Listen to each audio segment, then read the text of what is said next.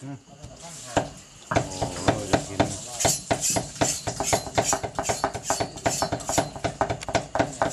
ประมาณจะเปลี่ยนอยู่เราทำอย่างนี้โอ้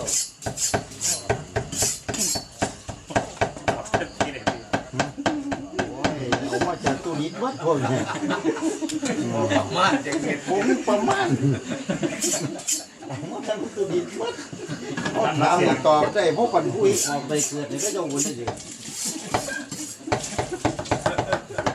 แต่ว่าเขาเสียวไปใส่หัวไปใส่นี่ก็เบิ่งกันดอกไผ่มือซ้ายมือขวา Le cochon et la morue, un duo de choc. Le cochon et la morue, deux icônes de la cuisine populaire, devenues politiquement incorrectes. Devenu politiquement incorrect.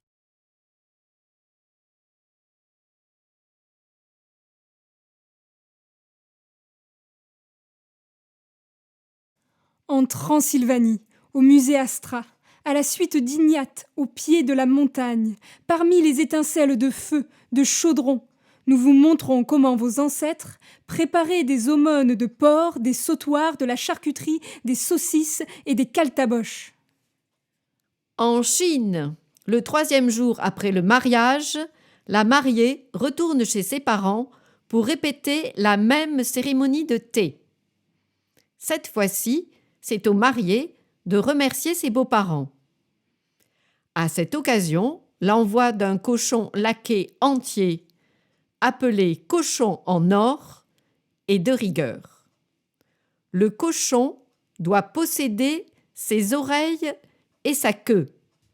S'ils étaient absents, cela signifierait que la jeune mariée n'était pas pure et serait le signe manifeste du mécontentement de la famille du jeune homme.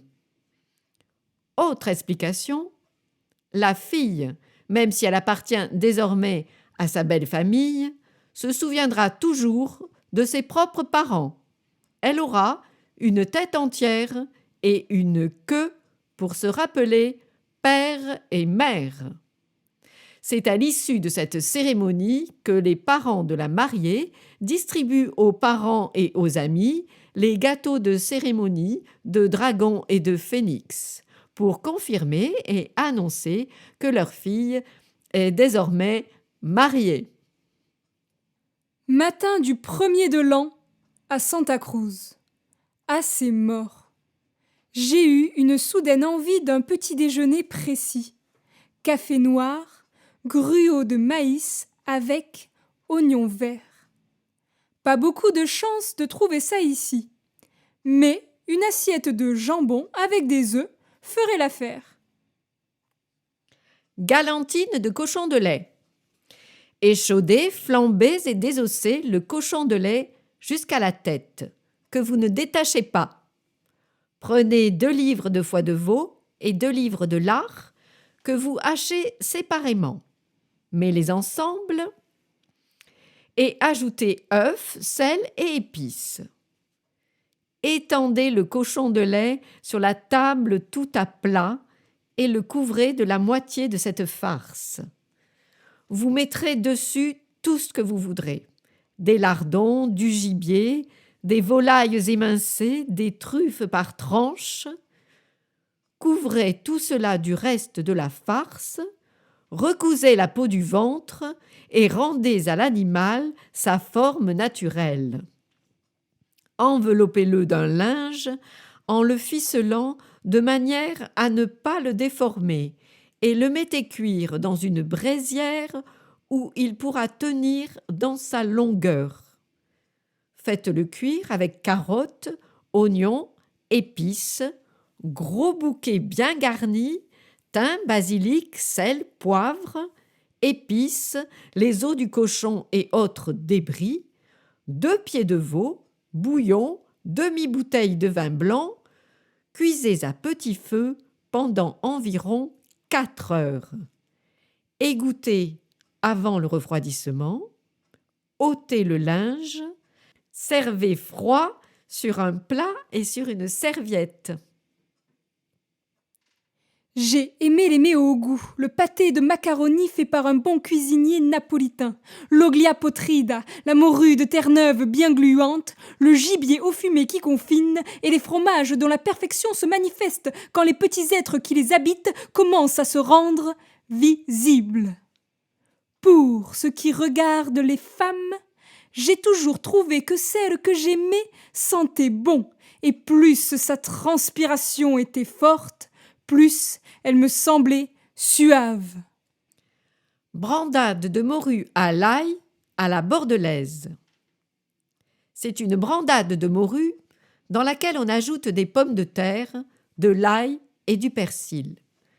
Beaucoup d'ail, jusqu'à saturation.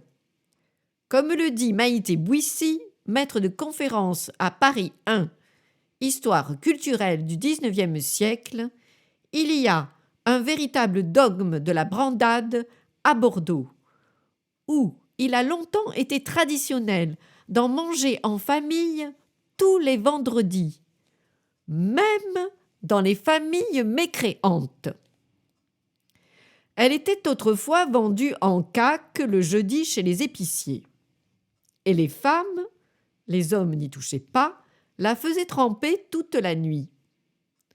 Mais la vraie spécificité bordelaise est que tout doit être fait à la main. Les pommes de terre doivent être écrasées à la fourchette jusqu'à être très réduites, mais pas vraiment en purée. Les feuilles de persil plat, on en met beaucoup, doivent être ciselées à la main et l'ail haché au couteau. Et l'idée même que tout cela pourrait être fait à la moulinette, voire même au robot, est absolument insupportable à la bonne bourgeoisie locale. Comme le souligne encore Maïté Bouissy, il y a une bonne raison à cela. C'est qu'à une certaine époque, dans les années 50, rien n'était plus facile que d'avoir recours au service d'une petite bonne basque. Elle ajoute enfin que manger de l'ail à dose massive et brutale, au mépris même des conventions sociales, est un comportement typique du Médoc, où le bonheur de bouffer de l'ail prévalait sur les convenances. Carole, la serveuse, se souvient encore. Oui, c'est la table où le capitaine Martin s'asseyait. Oui, celle-là, près de la fenêtre.